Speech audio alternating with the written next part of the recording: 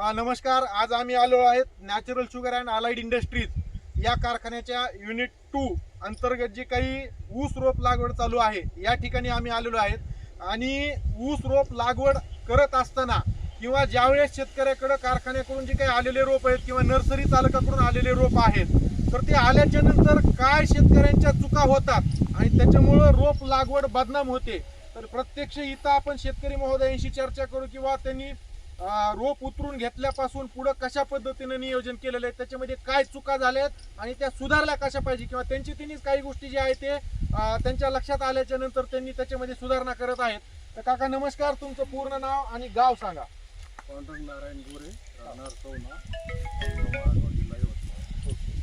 तर आता हे रोप जे आहेत उतरलेले तर हे किती दिवस झाले रोप येऊन तुमच्याकडे? 28 तारखेला आले, 28 ऑक्टोबरला रोप आपल्याकडे आलेले। आज तारीख आहे 13 नोव्हेंबर, बरोबर नाही?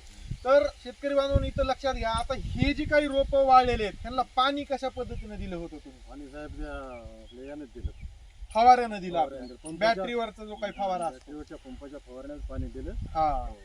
तर शेतकरी बांधवांनो, सगळ्यात महत्वाची चूक जी काही इथं झालेली आहे, आपल्याला समजा लेबर मिळत नाहीत किंवा रान तयार करायचं राहिलेलं आहे, त्यावेळेस रोप जे आहेत ते आपल्याला थोडा कालावधीसाठी जे आहे ते आपल्याला कुठंतरी झाडाखाली जसं ह्यांनी ठेवलं ते गरजेचं आहे त्या पद्धतीने ह्यांनी केलेलं आहे। समजा एखाद्या शेतकऱ्याच्या रानामध्ये झाडच नाही तर अशा ठिकाणी सरळ सरळ तुम्ही काय करा, 4 कोपऱ्यावर 4 लाकडं रोवा आणि त्याच्यावर ग्रीन नेट जे आहे ते मार्केटमध्ये भेटतं ते आणून त्याच्यावर जे आहे ते त्याचं व्यवस्थित जे आहे ते तिथं रोप सावलीत राहतील अशा पद्धतीने नियोजन करा।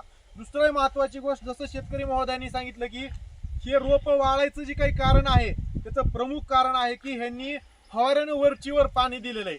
फवाऱ्यानं आपण ज्यावेळेस पाणी देतो त्यावेळेस काय होतं, फक्त त्याचे फॉग तयार होतात, तुषार तयार होतात। हे तुषार खाली इथं ह्या रोपाच्या मुळीपासून जात नाहीत।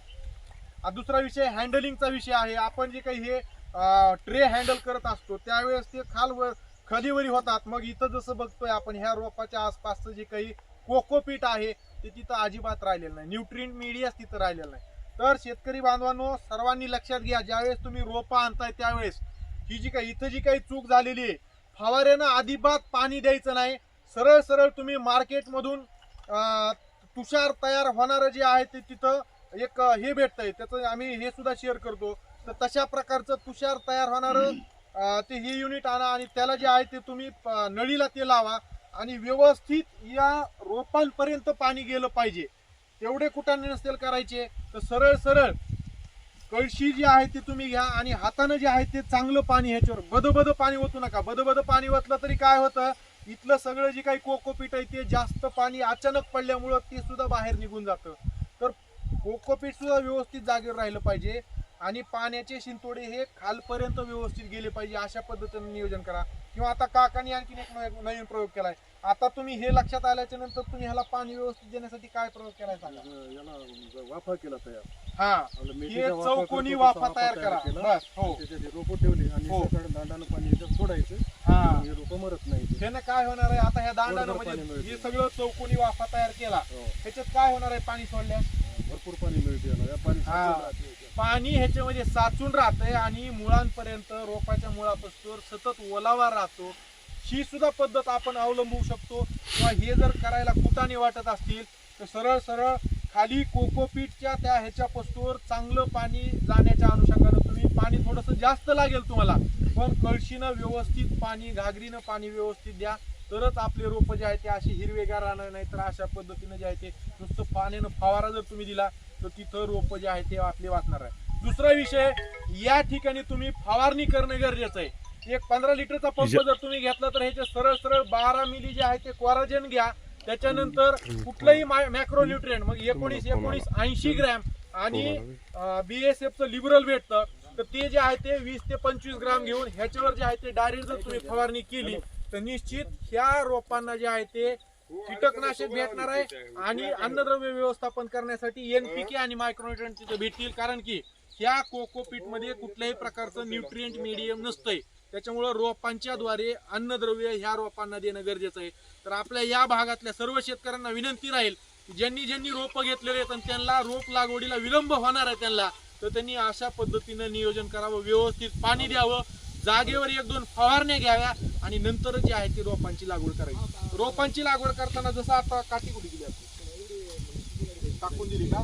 हा, तुमची जी काय 2.5 फुटाची काठी आहे अशा पद्धतीचे काठीचं जे आहे ते तुम्ही मोजमाप करा. आणि इथं जसं खाली जे आहे ते एकदम असं छालून ह्याला म्हणजे एकदम टोकदार करा, जेणेकरून काय की जमिनीमध्ये ज्यावेळेस आपण रोप लागवड करतोय तर ते वरच्या वरी राहिलेत, बरोबर आहे. आता तुम्ही तिथं बघितलं तर काय वरी राहिल्यामुळे नंतर पाणी दिल्यामुळे काय झालं, ते खरडून गेलं, माती तिथली निघून गेली. आणि दुसरा विषय काय, त्या रोपाचा जो काही भाग आहे त्या ह्याचा कांडीचा तो उघडा पडला आणि मग प्रकाश तिथं जे काही सूर्यप्रकाशामुळे ते सगळं वाळून जायले म्हणून तिथं मरतूक होईल. हे सुद्धा झालं नाही पाहिजे, त्याच्यासाठी टोकदार अशा काट्या तयार करा, पाणी आधी देऊन घ्या आणि त्याच्यानंतर डोकले चांगले खाली मारा आणि आपली कांडी पूर्णपणे जमिनीच्या आतमध्ये गेली पाहिजे अशा पद्धतीने लागवड करा आणि पुन्हा मातीनं त्या रोपाला दाबून घ्या. ह्या ज्या काही चुका व्हायलेल्या आहेत त्या अशा पद्धतीने जर सुधारल्या तर निश्चित रोप लागवड ही सक्सेस होणार आहे आणि त्याच्यात जे आहे ते कुठल्याही प्रकारची मर सुद्धा जी आहे ते तिथं होणार नाहीये. ओके, करा क्लोज.